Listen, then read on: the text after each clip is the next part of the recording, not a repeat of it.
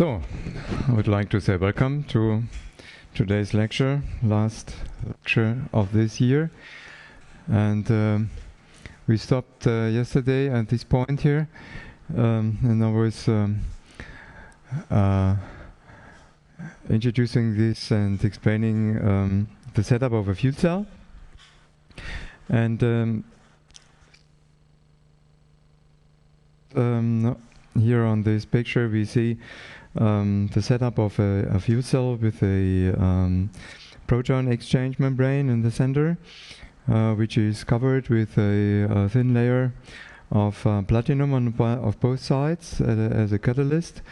Then there is an electrode, which is where the gas, so it's porous, and the gas can travel through from both sides, and then there are the so-called bipolar elements on top and on bottom of this fuel cell, which allows, there are some grooves in, which allow a flow of the hydrogen on the one side and on the opposite side of the air, which contains the hydrogen.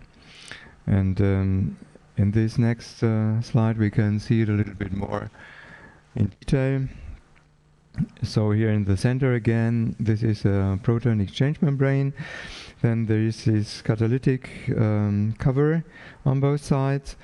Then the bipolar plates are allowing in the grooves that the hydrogen is coming here, and on the other side there is the oxygen. And then through that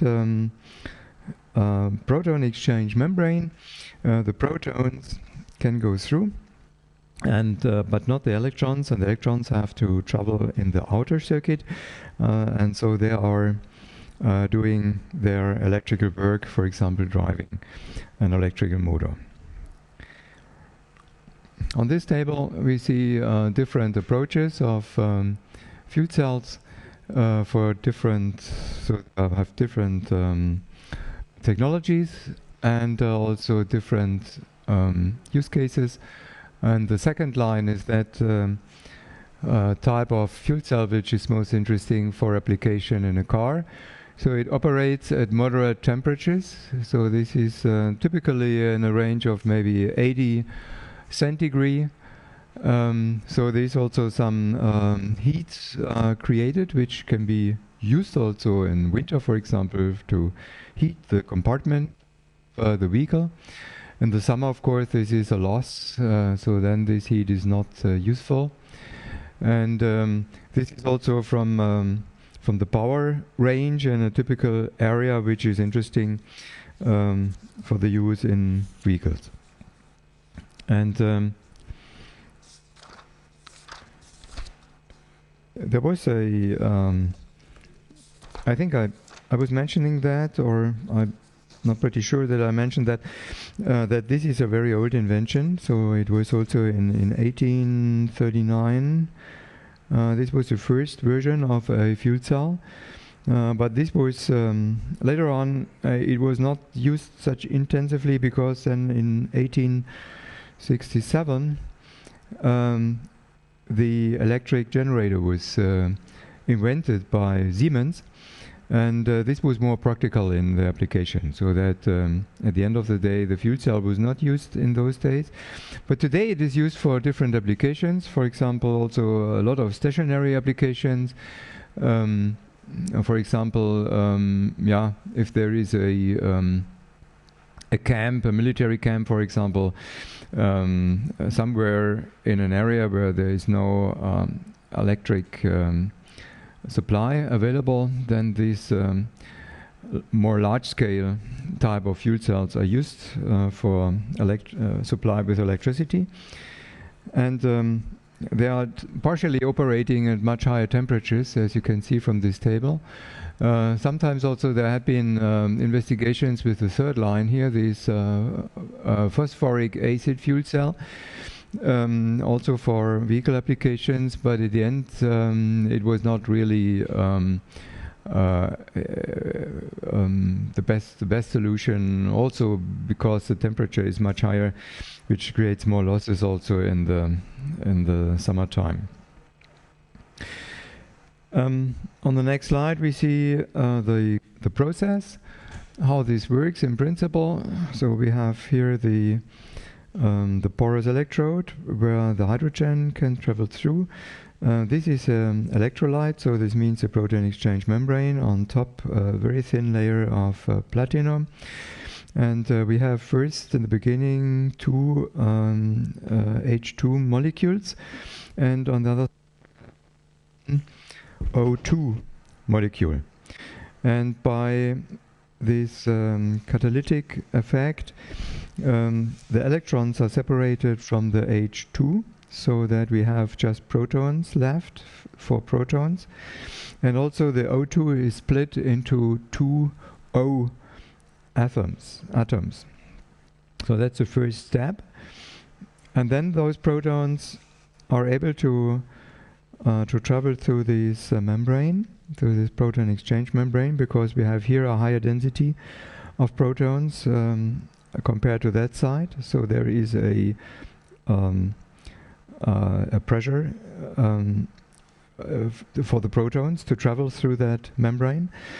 And at the same time also the electrons are traveling in the outer circuit. So they are doing the work in the outer consumers of electricity. And then the electrons are approaching the O atoms, the oxygen atoms, and are attached to those, so that we have now O2 minus ions. And then they are chemically linked with the protons from the hydrogen, creating water, and the water is the exhaust of that fuel cell. So there's only water as a reaction result, nothing else. So it's pretty environmental friendly. The efficiency of a fuel cell is pretty high compared to internal combustion engines, so it's much better to use, if we have hydrogen available, it's much better to use a fuel cell instead of using the hydrogen for the combustion process in a combustion engine. This was tested several years ago. There was some experiments, maybe I would say it's 20 years ago or even more. It's BMW, and they came up with a car where a internal combustion engine was using hydrogen for the combustion, and also there was also water as a result. The exhaust gas was also just water, but the efficiency was on a lower level compared to the fuel cell. So it's better to use fuel cell and in combination with electric motor, because electric motor has also a very high efficiency. So this gives overall a better result. This efficiency, which is shown here on this chart here, shows that there are high levels of efficiency over the full power range of fuel cells.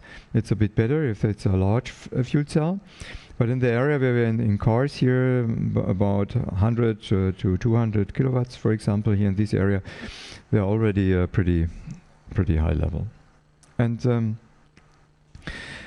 but we have to take into account that the overall efficiency needs also to integrate the generation of the hydrogen. And this is a process which does not have a pretty high efficiency, because the hydrolysis of water has an efficiency of about 60%, something like that. And we first need to have electric energy available for this hydrolysis, and this needs to come from a reversible process. So it could be wind energy, or it could be from sun power.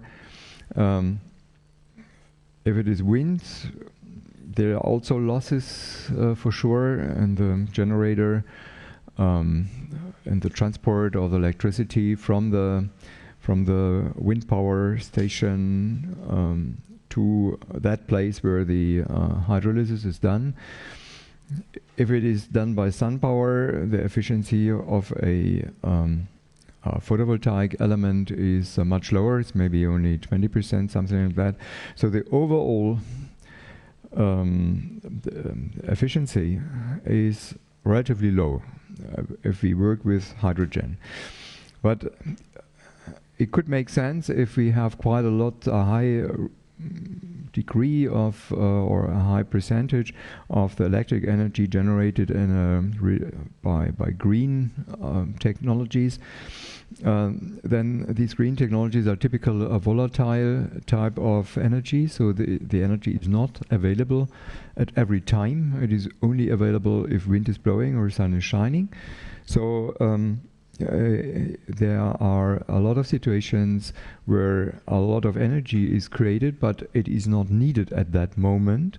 For example, if there's a lot of wind in the night, so the wind power stations can create a lot of electricity, but in the night the demand on electricity is much lower, so that it might not be used. And so the wind power station has to switch off.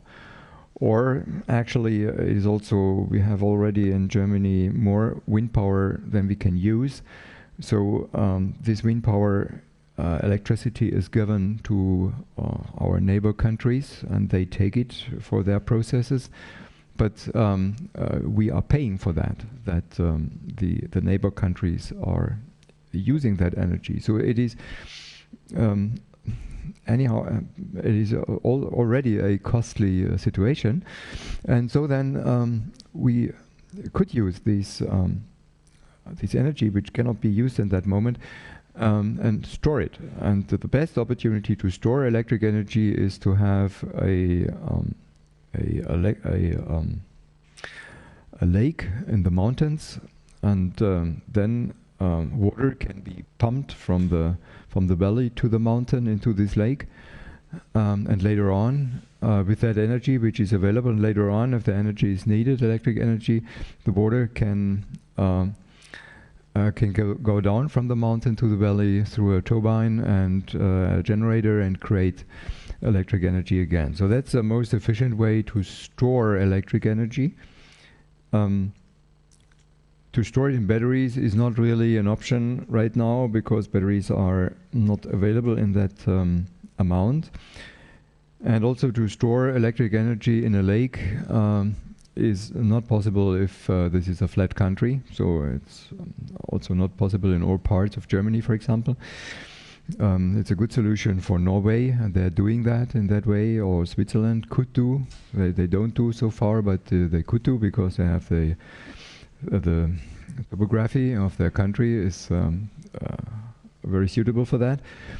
But there is an opportunity to store electric energy in hydrogen. So hydrogen production can be a solution. And so I'm pretty convinced that in the future hydrogen will play an important role in electromobility.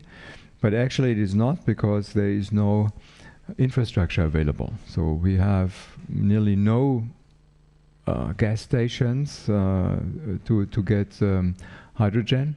There's only a few, very few. We have one here in at the KIT, and you may know that we have also 2 buses for the shuttle service between the different locations of the campus, and these are hydrogen-driven buses.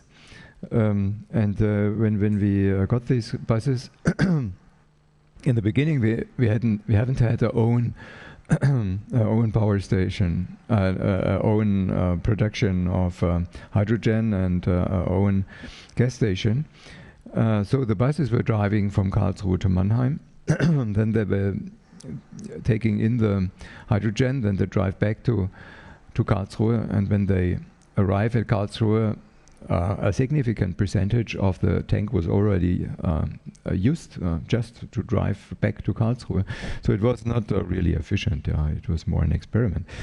Now we have their own gas station for hydrogen at the KIT. That's a much better situation. But anyhow, for other people this is not available, and so it's actually not really a solution for the market. You know that in Japan there is a a Toyota Mirai car is on the market since maybe 2 years or 3 years, something like that, and it's the same problem. So this is we need to install the infrastructure, and prerequisite for that is that there is a high need of storage of electric energy, and this is, I think, the case if we have more renewable energy, so that the percentage of the power plants which are creating electric energy, that this percentage which is renewable is higher than today. So if we reach that situation, then we will see also more hydrogen, and then also people will make investments in building up a hydrogen infrastructure.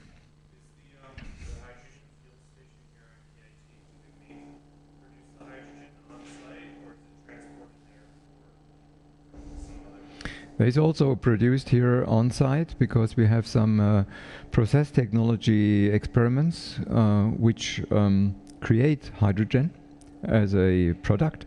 So at least partially that hydrogen is made by ourselves, but it is also partially bought just by a gas company who's providing all types of gas and also hydrogen. Yeah.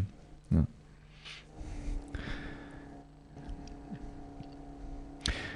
So at the campus north, there is a big site which is doing experiments with using a biological waste material and to create fuels out of that. And an interim product in this whole process from normally they use straw which is not needed by agriculture. They use it, and they are creating something like a it's a fluid with a high energy density, which is firstly gained out of that biological material, and then in the further process a synthesis gas is created, and a part of this synthesis gas is hydrogen. So in this process the hydrogen is created, but there are also other processes to create hydrogen at our campus north of the KIT. So there were the car industry was always asking for appropriate power density of a device before it is possible to use it for automotive application, because in a car there is not so much space available, so everything needs to be compact. And there was always a requirement that at least the fuel cell, I was looking where it was.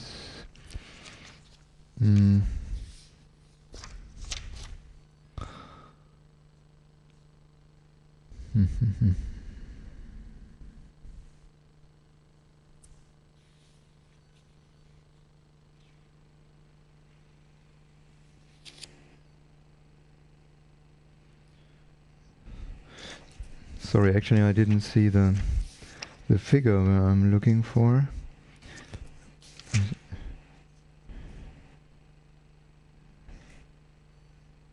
Okay, here it is. So it was 1 kilowatt per liter. This was a requirement made by car manufacturers, and they said, okay, if we reach that level of power density, volumetric power density, then it is interesting for automotive application.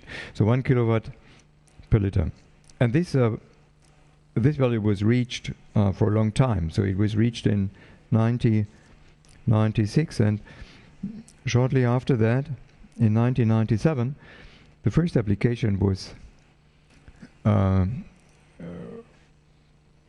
built. This was not a serious car; it was just a experimental car from Daimler, and this was this new A-Class. Daimler was building the A-Class with a double underbody in order to integrate this type of technology like batteries or fuel cells and so on in that space. And people are sitting a little bit on a higher level, and this was a concept of this vehicle, of this A-class vehicle. And so in the year they introduced this vehicle into the market as a standard, just a standard vehicle.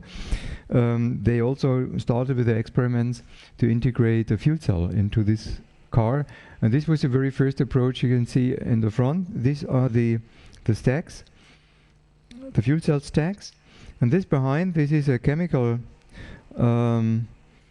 device which creates, it's a so-called reformer, and this reformer is doing some chemical processing, transforming methanol into hydrogen.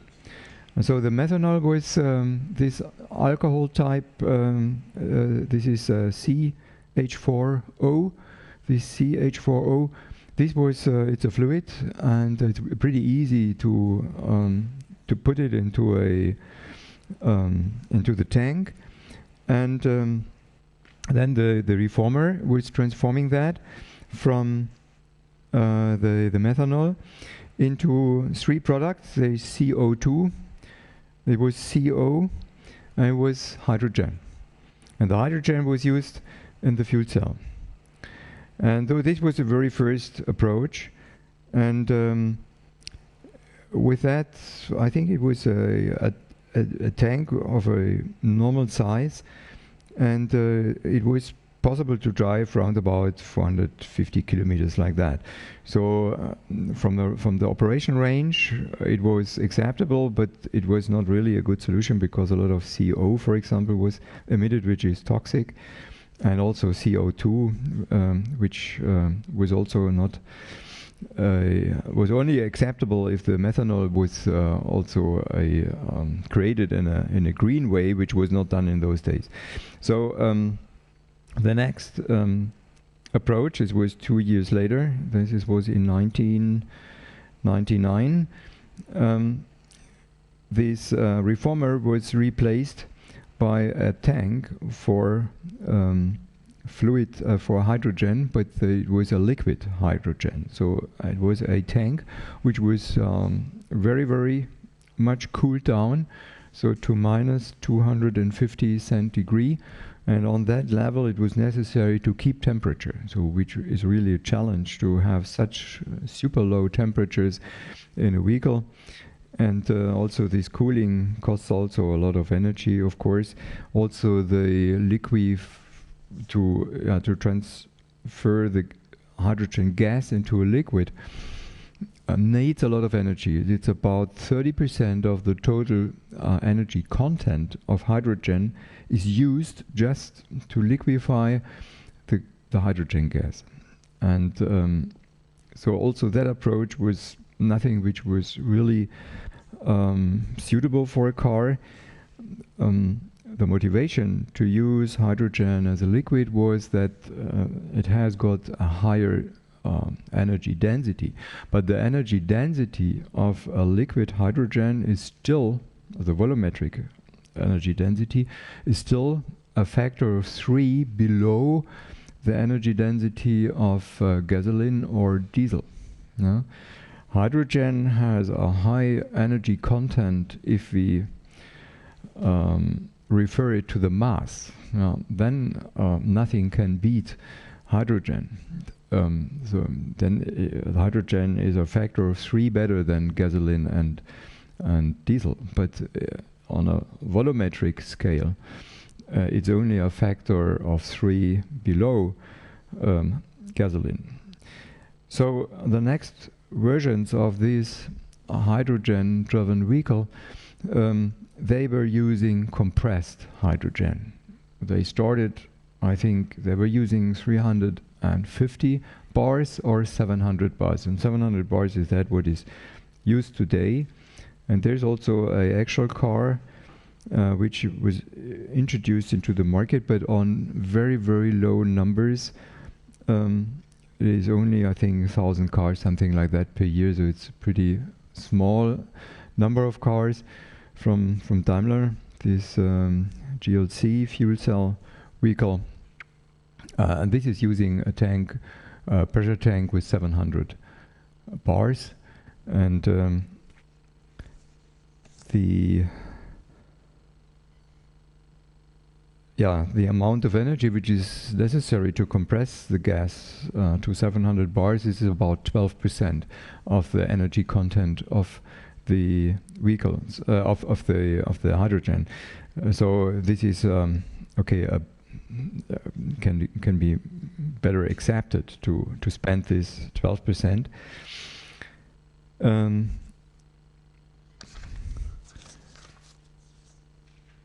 Yeah, this GLC car is using a tank with 4.4 kilogram of hydrogen inside,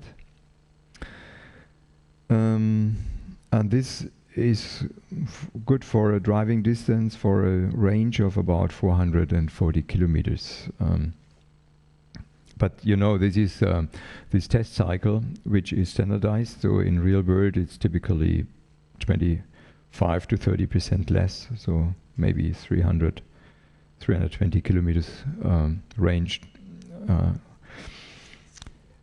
The advantage of a hydrogen-driven vehicle is that the tank can be filled up pretty fast. It's the same order of magnitude as topping up the tank with gasoline or with diesel. The disadvantage is that the fuel cells need some more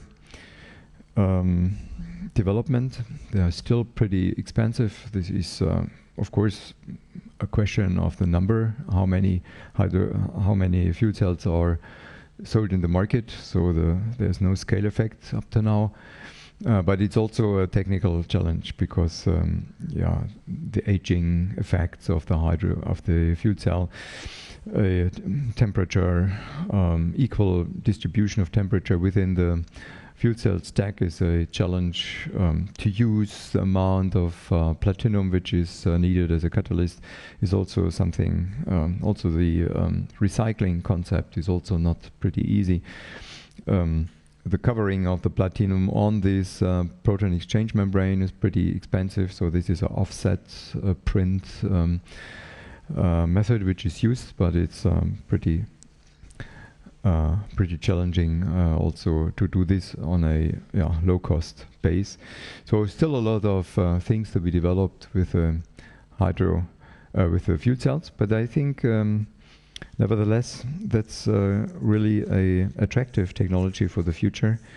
And if more hydrogen will be available, then it could be really an alternative, especially for larger vehicles like trucks to transport goods, for example, because the truck cannot really use batteries because batteries are too heavy, so the payload of the vehicle will be too low, and so this will not fit to the economical calculations, and there's always a very small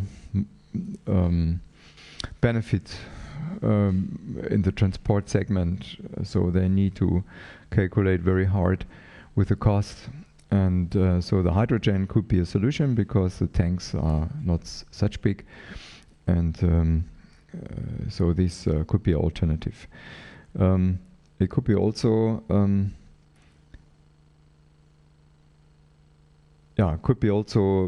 interesting for smaller vehicles which have to travel over a longer travel distance.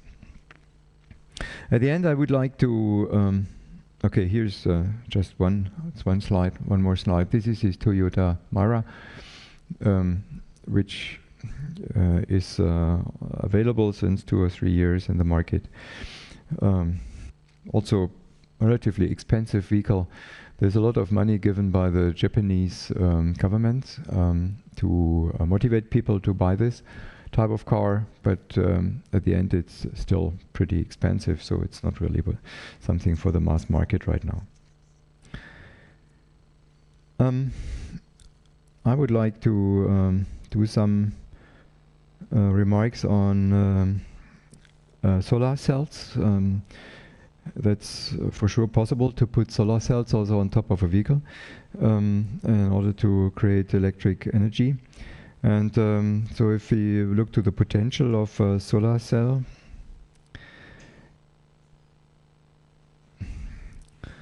So the sun, if the sun radiates perpendicular on the surface on the Earth, this is about 1000 watt per square meter. So you need not to write this down because it's in the script.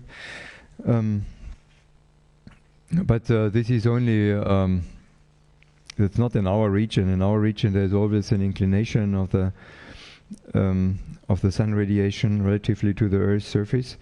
So that we have here on average in Karlsruhe, it's about in the summer 230 watts per square meter, and in the winter it's about 25 watt per square meter, and on average over the year it's about 120 watts per square meter. But this is day and night combined, day and night. So it's calculated over 24 hours a day. And so the typical efficiency of a solar cell is maybe about 20%. So that means from this 120 watt per square meter we can get 24 watt per square meter.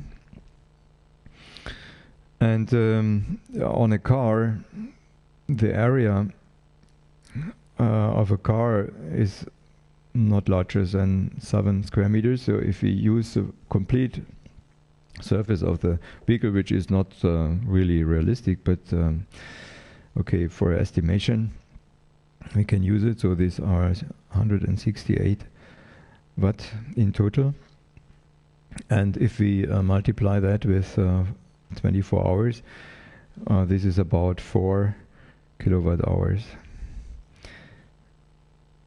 4 kilowatt hours per day. Yeah, and an electric vehicle typically needs at least 20 kilowatt hours for 100 kilometers. So this would be good enough for yeah, these are 20%, so this means 20 kilometers per day. That's what we could drive approximately if solar cells are used on top of a vehicle. I think it's a bit optimistic with 7 square meters. I think it would be less. But actually there are interesting developments also in the solar cell area. So there could be solar cells created on polymer base, and they are very flexible. They can be attached to any surface, not just flat surfaces, but also surfaces with arbitrary shape. They could be created in different colors. So also the look could be very attractive. So I think this could open new opportunities to apply solar cells also on cars, on top of the car body. And so it could be also in future a contribution to the generation of electric energy. I think it's interesting. Right now, up to now, it was not used because the costs were too high.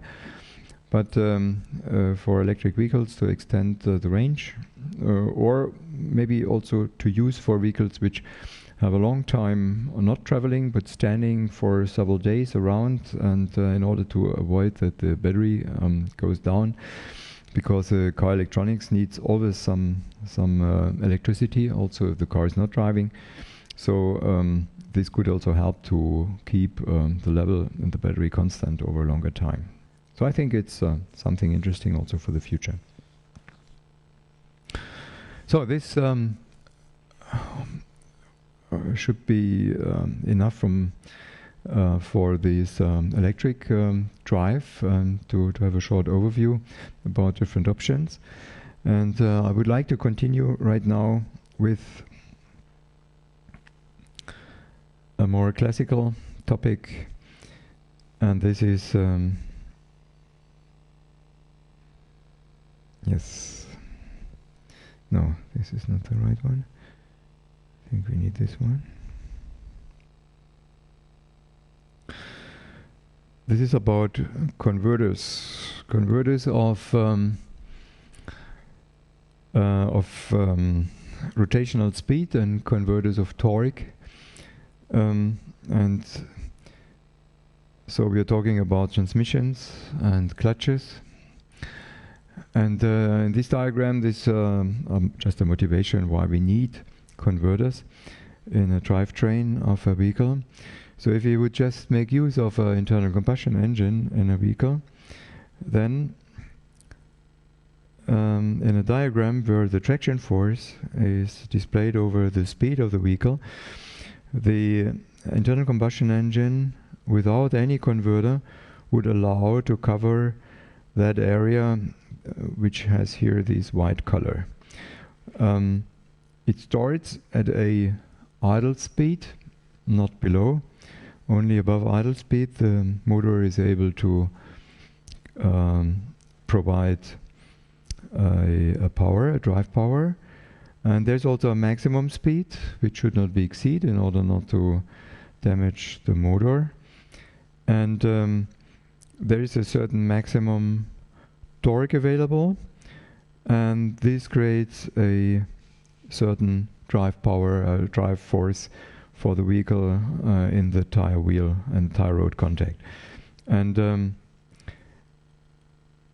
for a given power of the motor, which is indicated here by this curve, which is a curve of constant power, so the factor, the product of the force and the speed gives the power, and this is constant.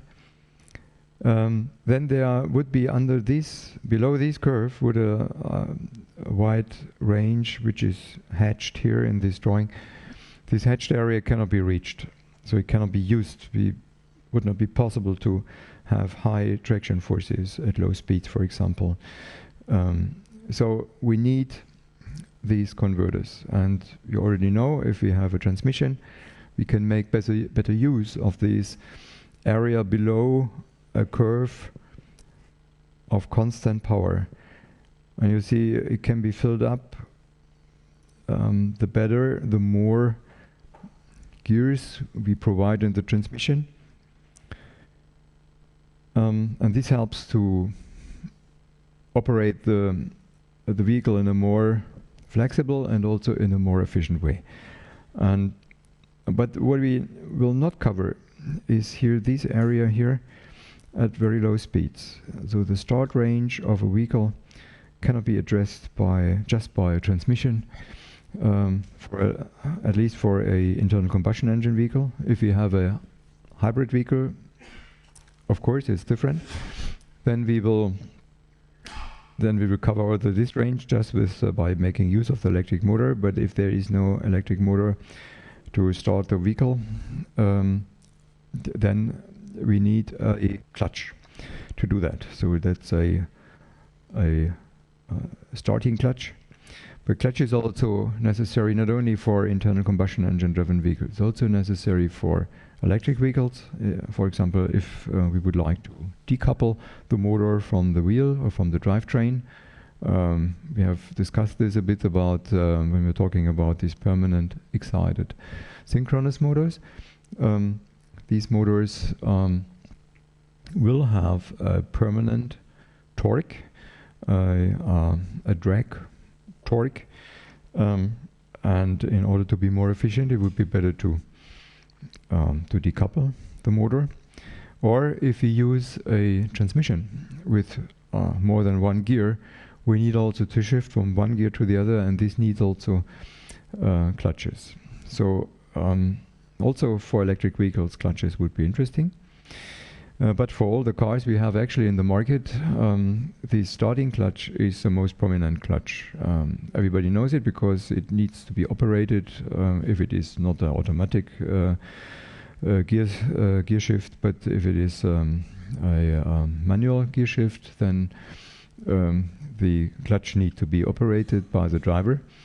And so this would be the first part I would like to talk about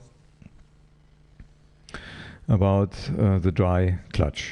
And when we talk about a dry clutch, you could assume that also a wet clutch is existing, and that's true. There are also wet clutches. A wet clutch is using a cooling fluid in the clutch. So typically this is a type of oil which is used, and this cooling clutch helps to take out heat from the clutch, because the clutch is transmitting a torque by friction, at least in that starting process. So if the clutch is operated with the clutch pedal, friction takes place. Friction creates heat. This temperature is increasing, and it is necessary to avoid that the temperature exceeds a certain value. This is typically in the range of 450 centigrade. If we exceed that, then the friction liner will be affected. There are chemical reactions on the top, and it will be destroyed if over a longer time this temperature is given in a friction liner. So we should stay cool with a clutch, and this is more easy if it is a wet clutch. So then we have the fluid to cool for cooling, and not just the air which is inside of the clutch. If a wet clutch is used, then the friction coefficient is reduced. It's like a grease, and reduces the friction coefficient, which means that we need something to compensate that. And in a dry clutch we have typical one clutch disc, and the clutch disc has a front and a rear side. So on both sides there are friction liners around the circumference, and they are in contact with a friction partner, so that we have two interfaces where friction takes place. So on the front and on the rear side of the friction disc. If we want to increase the torque transmitted by that friction, then we can make use of more than one disc. We can use 5 or 10 or whatever, and by that measure we can compensate the effect of the cooling oil inside of the clutch, and so a stack of discs is used, creating an appropriate high friction force, and this is done on a certain radius. So we got the appropriate friction torque that we need to transmit torque from the motor to the drivetrain. You can see here on this slide a graph. This shows a dry clutch, and unfortunately here this is not a pretty good picture. So I would like to see. Yesterday I had the German version of this. No. And no, this is not correct.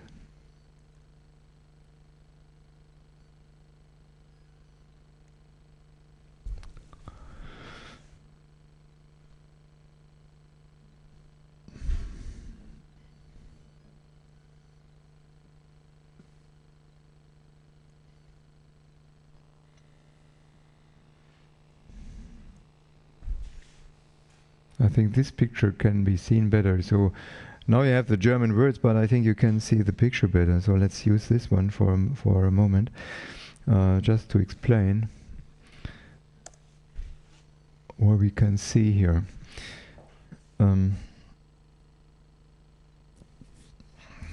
So you see here on the left side, this is a flywheel. This silver part here is this flywheel, and the flywheel is connected to the crankshaft. So the output shaft of the motor, this is a crankshaft, which can be seen here on the left. And this is connected to this flywheel. And the flywheel helps the motor always to rotate, even if it is on the upper and the lower turning point of the pistons. So we make use of that flywheel also as a part of that clutch. So the flywheel is the first friction partner of the clutch disc. And this part here, which is connected to that red colored shaft, this is the clutch disc. Though there are some metal sheets in the center, and here on the outer radius there is the friction liner.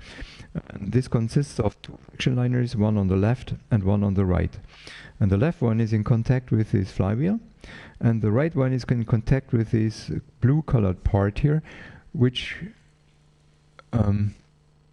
beamer is not so brilliant. This part here on the right side is called the pressure plate, and this pressure plate is also a friction partner for the liner. As you can see from this drawing, there are several parts connected to the flywheel and also rotating with the same speed as the flywheel. This is first the housing. You can see here's a screw. So this housing here on the right is also connected to the flywheel, will rotate with the same speed. Then you can see also that here there is a bolt which connects also this device that you can see here. This is a membrane spring, this one with the slits in here. So it has a hole in the center, and the hole, also this ejector, the green part here, can travel through, or it can press on this spring part here, these fingers or these tongues, and this membrane spring is a circular device. In the center is a hole where the green part is and where the red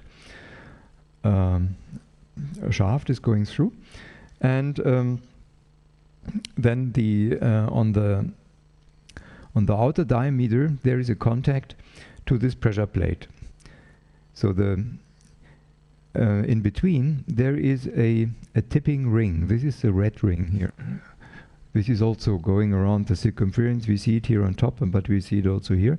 So that goes once around the circumference, and the membrane spring is in contact with that tipping ring. So if the green part, the ejector here, is shifted to the left, which can be done by this lever arm here, which is connected to the clutch pedal. So this is operated by the driver. If he presses the clutch pedal, then this lever arm shifts the green part to the left. Now you see here is a ball bearing. This is this brown part or yellow part here. And the ball bearing is connected, the outer part of the ball bearing is connected to the green part. So this is a non-rotating part. And the inner part of the ball bearing is connected to the, is in touch or gets in touch with the membrane spring. And the membrane spring is connected, the membrane spring is connected to the housing, and the housing is connected to the flywheel, so the membrane spring has the same speed as the motor. So this via this wheel bearing, the yellow wheel bearing, the green ejector can be pushed to the left and pressing on the membrane spring, so that the inner parts of the membrane spring are pushed to the left.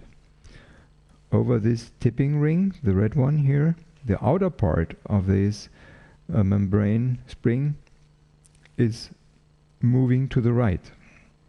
Yeah, it's like a lever arm. This will release the pressure plate, And then there is no pressure anymore on the friction liner, and we have no friction anymore. In order to make sure that there's really no friction, there is a tangential leaf. This is this blue part here below, and as you as you can see that this leaf, the blue leaf, is also connected by bolts to the housing. So also this leaf rotates with the same speed as the motor, and it is connected here with a pressure plate. So this leaf pulls back the pressure plate from the friction liner, so that the friction liner is free. So then the clutch will be open. That means no friction and no transmitted torque from the motor to the clutch disc. And the clutch disc is connected here to the shaft by this toothing to the red shaft, and the red shaft is the input shaft of the transmission, and you can see already the first cogwheel of the transmission. So the further parts of the transmission are not shown on this part here, but you can see that this red shaft and the crankshaft here, they can have different speeds, because here's also a ball bearing in between. So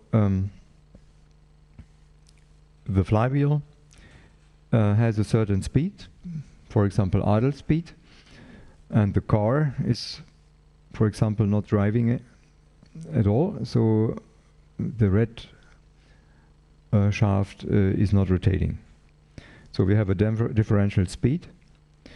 And now if the clutch is operated again, so the driver releases the pedal, then this ejector is going back to the right. This means that the membrane spring will in the inner part also move to the right, but in the upper part it goes to the left, and then it creates a pressure, a force on that pressure plate, and then we have friction. So the pressure plate is creating the normal force on the friction partners, which means the position, or this, the pressure in the pressure plate decides also about the magnitude of the friction torque which is created. If there is no normal pressure, we will have no friction force, and if you have full normal force, then we have full friction force. So it's just normal force multiplied with friction coefficient, and this gives the friction force, and this on a certain radius, and then we got a maximum torque which is transmittable by this clutch. So normally if the clutch is closed, which means we have the membrane spring is applying full force on the pressure plate, there is no friction taking place. So it's just sticky, which also means that there are no losses. This is if the clutch is closed, we will not have any losses and no heat creation in the clutch. But during the starting process of a car, there is friction because we have to overcome a gap in the speed. There is a speed from the motor, there is no speed in the input shaft of the transmission, and the clutch allows us to convert the speed. Yeah? So a clutch is a speed converter, but a clutch is not a torque converter. It allows to control the torque, yes, by the position of the clutch pedal. We can control the torque, but it is not a torque conversion, because the torque in the input side, this means crankshaft side, and the output side, This means the transmission side, the torque is always the same. And the reason is easy. That's just second Newton's law. Force and reaction force always have the same magnitude. Huh? So a input torque created by the motor can only be applied if it is supported by the output side. And that means we have always the same torque. Input torque and output torque of a clutch is always the same. And we just say it is the clutch torque. No? So torque is not converted, but speed can be converted. Different speeds at input and output is possible. No? And that's the reason we need the clutch. Okay, I go back to the English version of this.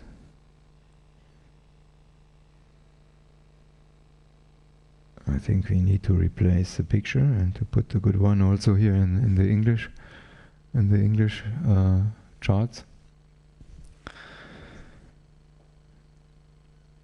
The friction coefficient of the clutch is typically in the order of magnitude of 0.5 if it is sticky, so adhesion coefficient, and the sliding coefficient is about half of that, maybe 0.25, something like that. In a wet clutch, it is much lower. We are in order of magnitude of 0.1, and so we need to compensate by a higher number of friction surfaces in order to get the same level of torque which can be transmitted. So typically the wet clutches are used for more powerful motors where also a higher torque needs to be transmitted, and so we need more cooling, and this can be done better with a wet clutch. I would like to come up with a drawing. This is a drawing you have also in the script, so it's not necessary that you copy the drawing now. So if this is a part of the flywheel, and we have here the center of the shafts, input shaft and output shaft, symmetry line, center line, then we have here the clutch disc, and on top of the clutch disc here are the both friction liners. The friction liners have a certain thickness. There's also some wear. After some years of usage, the friction liners needs to be replaced by a new one because they get thinner and thinner. And then we have here on the opposite side the pressure plate. So this is flywheel. And this is pressure plate. And as already mentioned, those both parts have the same rotational speed. They are connected to each other. The mechanism allows the variation of the distance along the axis, but in circumferential direction they are fixed. So then there is a outer diameter of this. We call it R outer, and then there is also an inner diameter,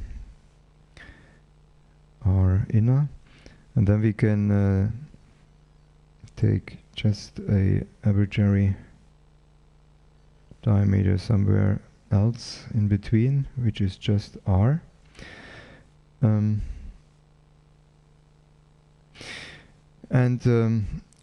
We are looking at a very small radius difference. We call it dr, so an infinitesimal small change in the radius. So this gives a very small ring around the circumference. So here on that side we have the input shaft.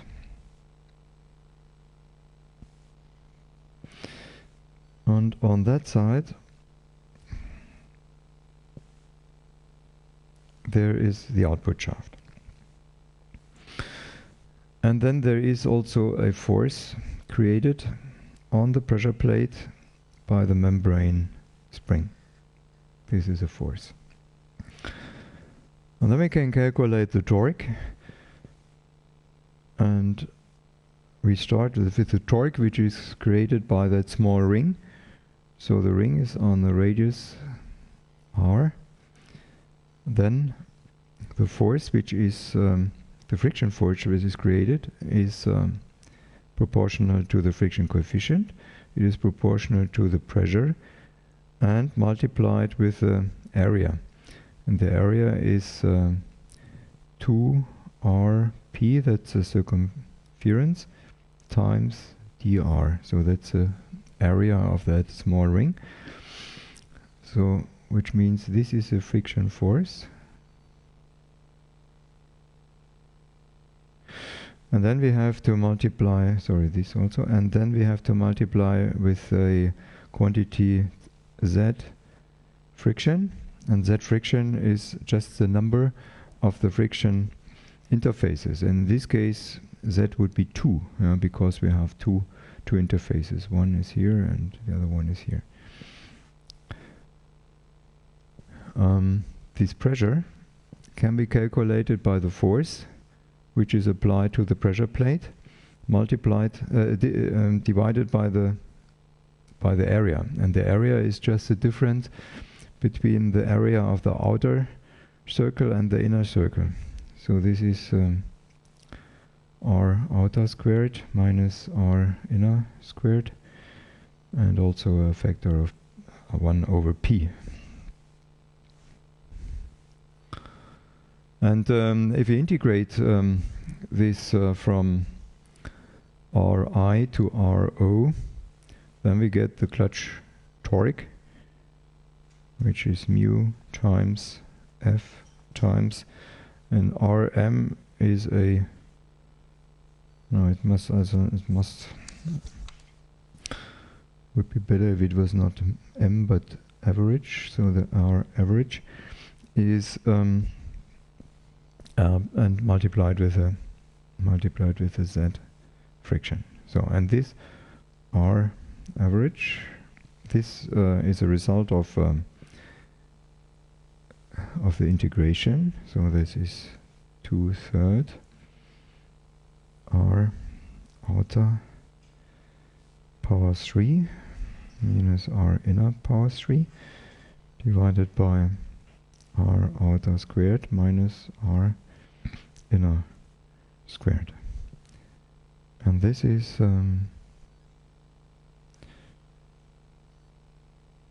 R outer. It is if we make an approximation, we can make the expression a bit more simple by just writing it's R outer minus R inner divided by 2. So this would be an approximation. And so with that relation, we are able to calculate the torque, maximum torque, which is transmittable by the clutch.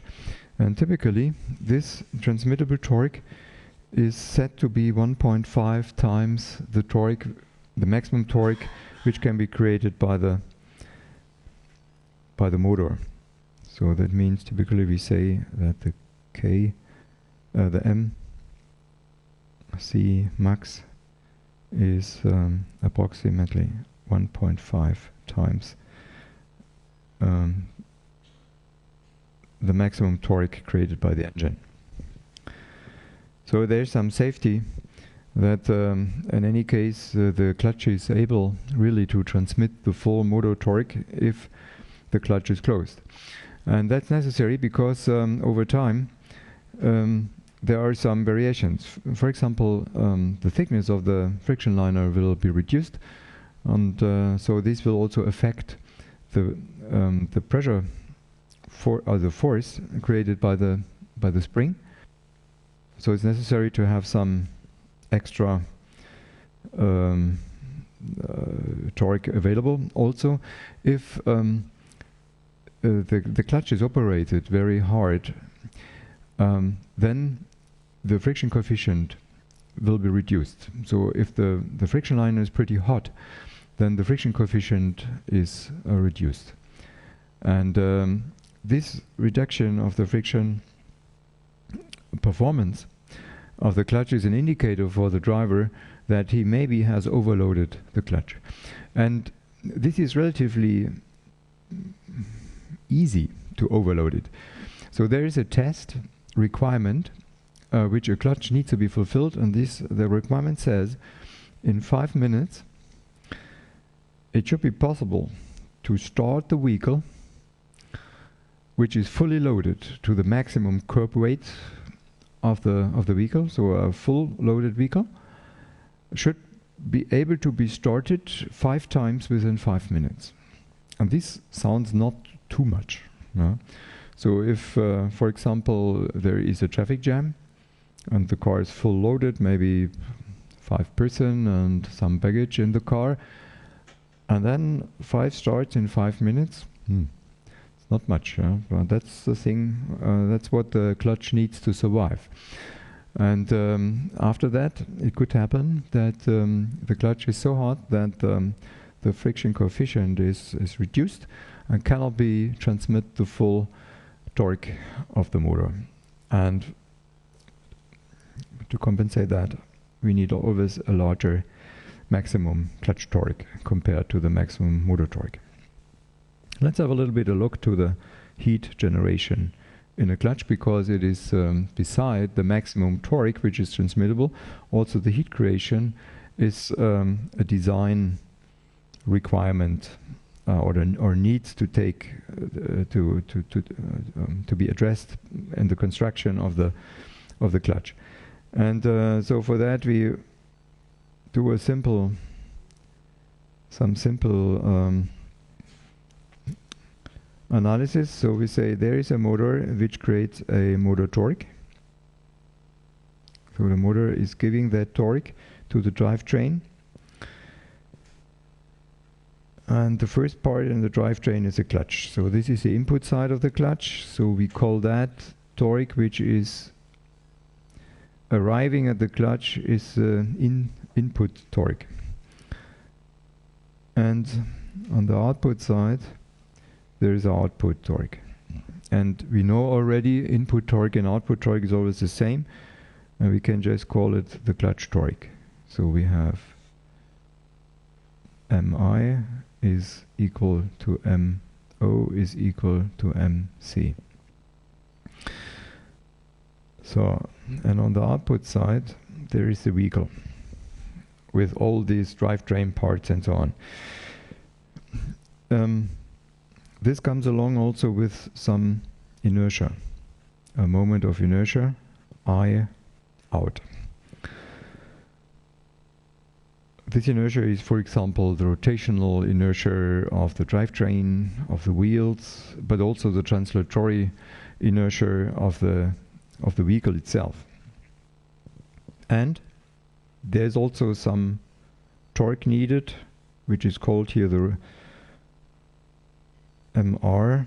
This is a torque to overcome the resistance, the driving resistance.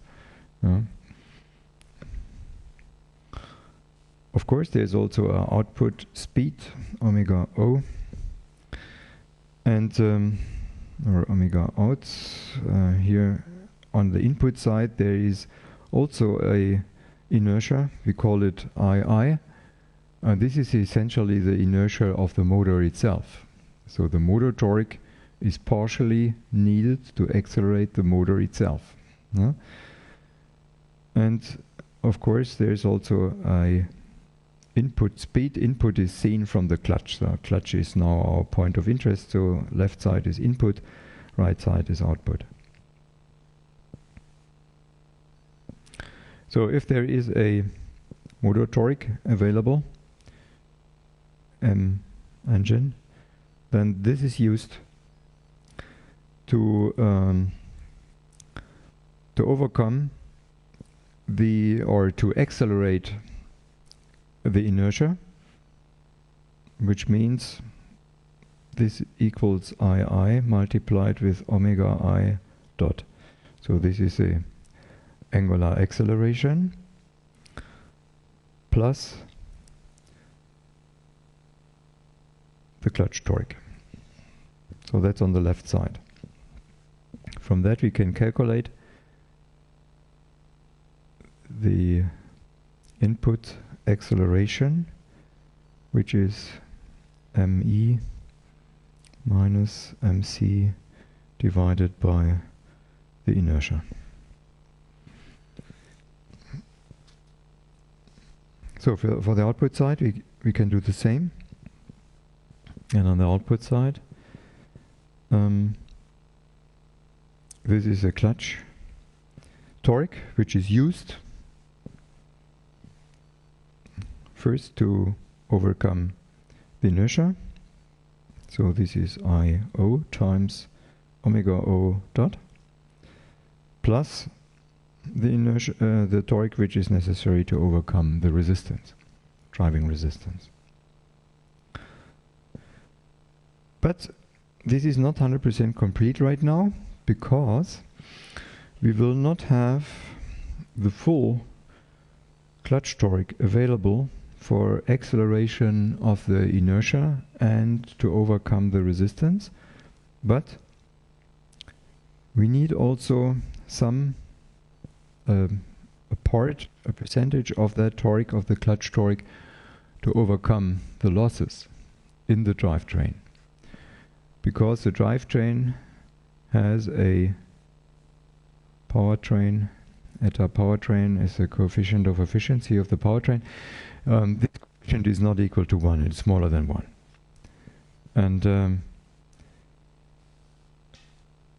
we need to assume that, so that means not the full clutch torque will be available, but only a reduced part. So we have to multiply that with the efficiency. So also here, yeah. No, of the drivetrain. Of the drivetrain. PT means powertrain. It's not the efficiency of the clutch. It's the efficiency of that what is behind the clutch. So from the clutch to the wheels. So there is losses in the transmission, losses in the differential, losses in the bearings, and so on. All this needs also to be addressed, and that means that for the acceleration of the rotatory and translatory inertias, and to overcome the driving resistance, which is air drag, inclination resistance, and so on. Additional to that, we need also some torque, and so that means that not the full clutch torque is available to overcome just those both parts which are indicated here on the right. Yeah? Would be also possible to write in a different way, but can be also done like that. So we just say we have not the full, and so we just take this into account by multiplying that with efficiency. So then we can say this is a outs. Sorry, here I was only like that. So acceleration on the output side is the eta powertrain times clutch torque minus torque to overcome the resistance divided by the output inertia. And now we are doing some assumptions. Assumptions 1 would be, we say that the motor torque should be constant during the starting process of the car. So we assume that the car is standing and the motor is running, and we want to start the car. So we get would like to get the car moving, and we assume that we're doing that with a constant torque created by the motor, which would mean that we keep the gas pedal on a constant position. That's not really what we do during a starting process. You know that normally during starting the the gas pedal is pressed a little bit more in, and at the same time the clutch pedal is released a little bit. But we would like to simplify it here in order to have a more easy approach. And I think it could be also possible to start a car if we just keep the gas pedal on a constant position.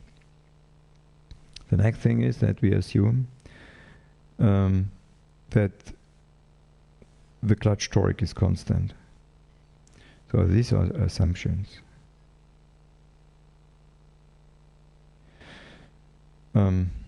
Which means that we keep also the the clutch pedal on a constant position.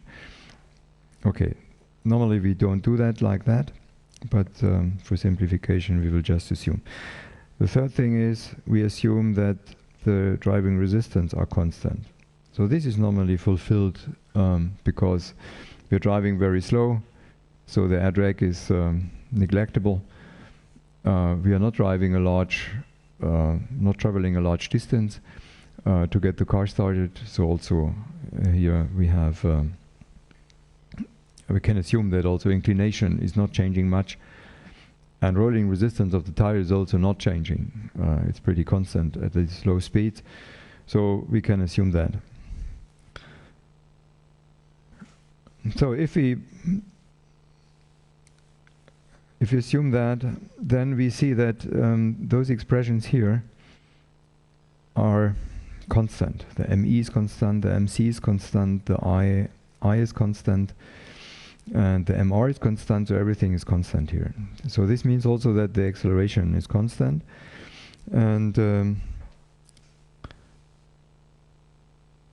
so from that we can assume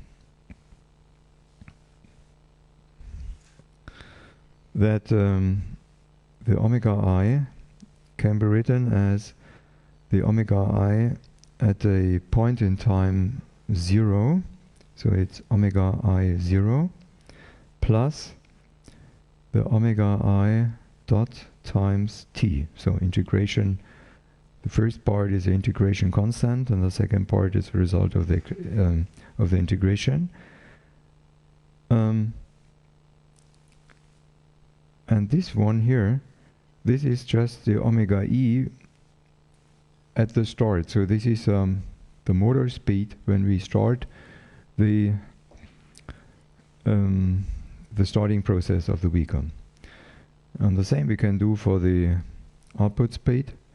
So this is omega O 0 plus omega O dot times t. And this here, that's easy. This is just 0 because the car is, so we don't have any output speed in the beginning. So this is just omega O dot times t. In a drawing, we can get this a bit more clear. So we have here the omega. Here is 0, and we will, by activating the clutch, by transmitting a torque, we have seen this is a constant acceleration under this condition.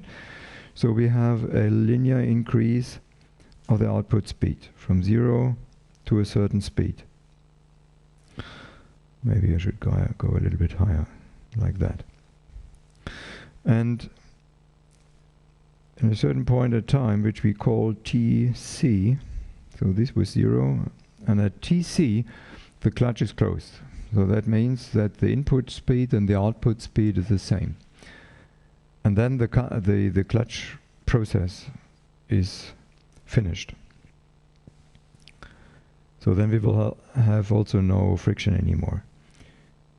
If we have a engine torque which is constant, then we should select the engine torque in a way that it will not lead to an increase of the speed of the motor during the coupling the clutch process. So that means if we select a motor torque which is too high, and so this is a typical mistake of a beginner. If somebody is in the driving school and is not familiar in operating the clutch, he may select a too high precision of the gas pedal, which means the motor is creating a high torque. If this torque is above the torque of the clutch, then the difference will be used to accelerate the motor. And this will lead to very high motor speeds, which is not requested. So let's assume that we use a little bit a lower motor torque compared to the torque which is compared to the clutch torque. So the motor torque which the motor is creating, we selected a little bit lower, a little bit below the torque of the clutch. So in this, under this condition, the torque is not enough to drive the clutch, the torque from the motor. So we need some extra torque, and this coming from the motor. So the speed of the motor is used to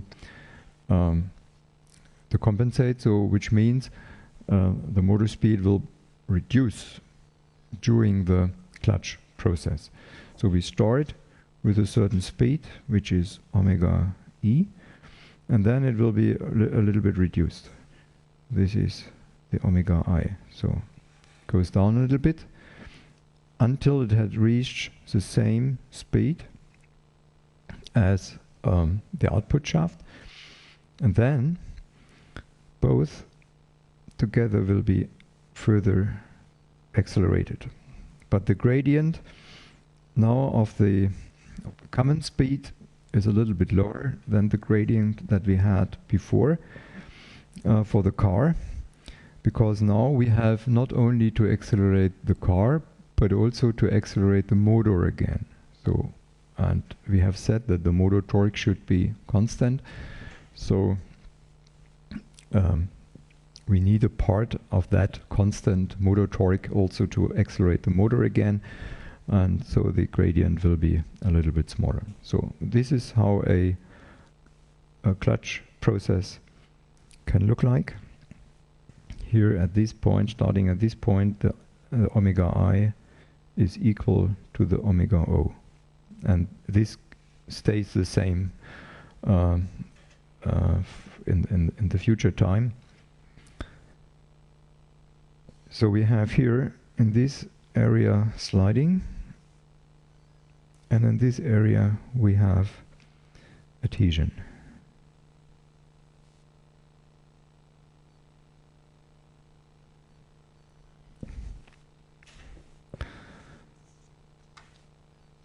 Now it's interesting to know what is the loss power. And so we give in the clutch a power which is the clutch torque multiplied with the input speed. And on the output side, the clutch provides a power which is the clutch torque multiplied with the output speed. And the loss is just the difference in between. So this is P in minus P out, which is MC multiplied with omega in minus omega out. And the energy, the heat energy, which is created by friction in the clutch, can be calculated by delta P times dt. And if we want to have the full energy, we need to integrate from 0 to T clutch of delta P times dt. And if we do this, then we get, and if you also take into account the driving resistances and write it explicitly in the formula, we can calculate an expression for the energy loss in the clutch during a coupling starting process. And this, unfortunately, I think this formula is not in the script. I think it was forgotten to write. In the past we had all this calculation in the scripts to get this formula, but we decided to take this out because it's not a very interesting calculation, it's just straightforward. And we do some simplifications. So for example, we assume that the input speed stays constant. This is another simplification we have made to get this formula. So it's a little bit a simplified formula. To have the input speed constant means that the torque selected by the driver is exactly the torque, the motor torque is exactly the same as the clutch torque. And if we assume that, then we get straightforward this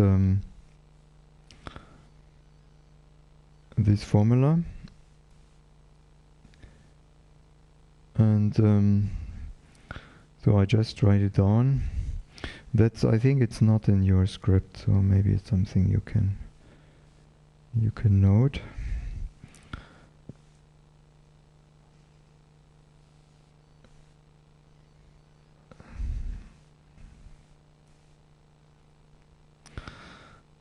Okay, I will immediately explain what I'm writing.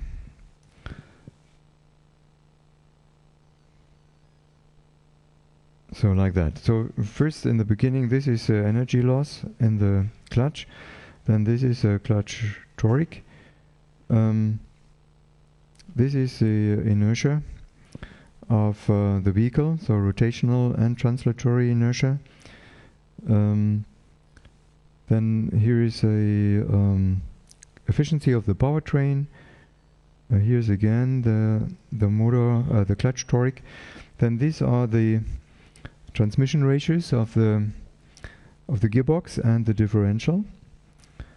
Then this one is the rolling resistance of the tires. Alpha inclination is the inclination angle.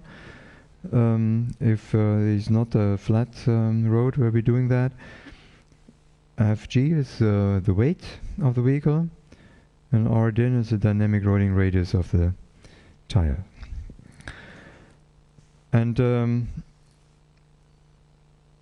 if we analyze the effects which are described by this formula, then we check by which measure EC is reduced. So how can we reduce the amount of heat which is created in a clutch?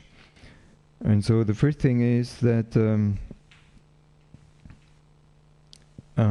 if MC, if the clutch torque is increased. And the reason is because then the time which is needed to equalize input and output speed, this time will be reduced. So if you have only a short time, then we will have also a lower heat creation. Then the loss energy will be reduced if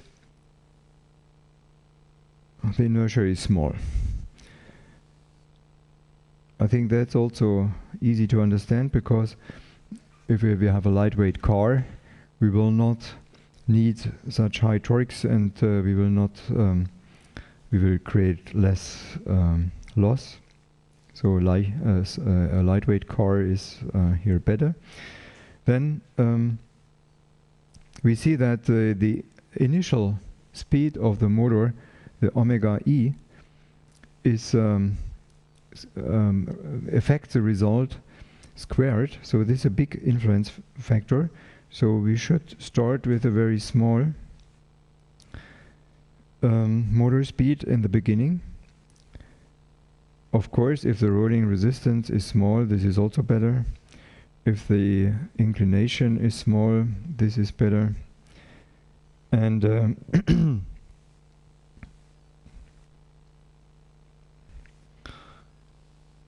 interesting result is also that the transmission ratios, the overall transmission ratios, should be high. So then we will get also a small loss of energy, and this is also a motivation to have a very high transmission ratio available in the transmission, just to get the car started. And this is the first gear. First gear has a high transmission ratio. First gear is also needed to go uphill, very steep uphill, but it's also suitable for starting the motor. And okay, we are running a little bit out of time, but I would like to complete that in order not to start again in the next year. So if we compare a passenger car,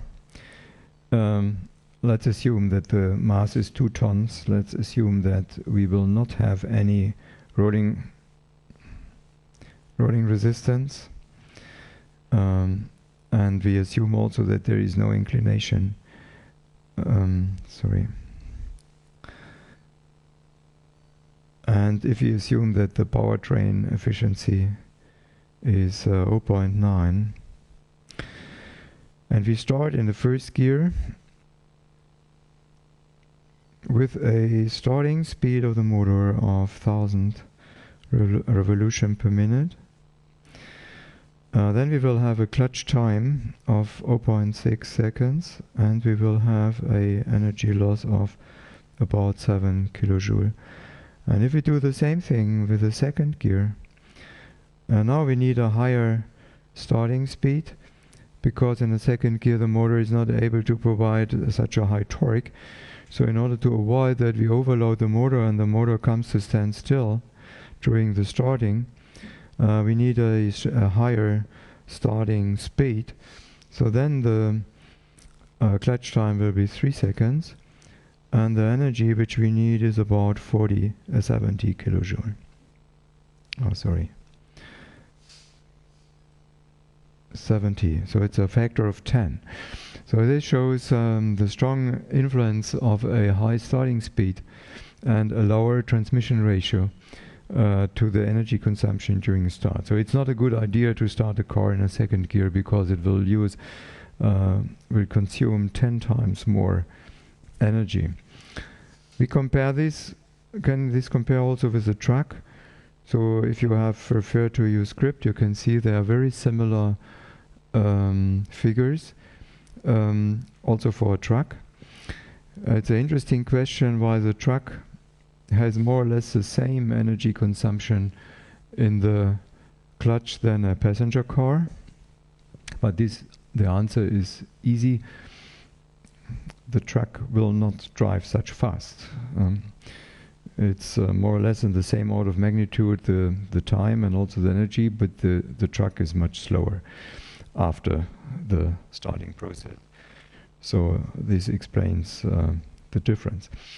And then if we have a look at these and the energy density of gasoline, so if we take gasoline, this is 32 megajoule per liter.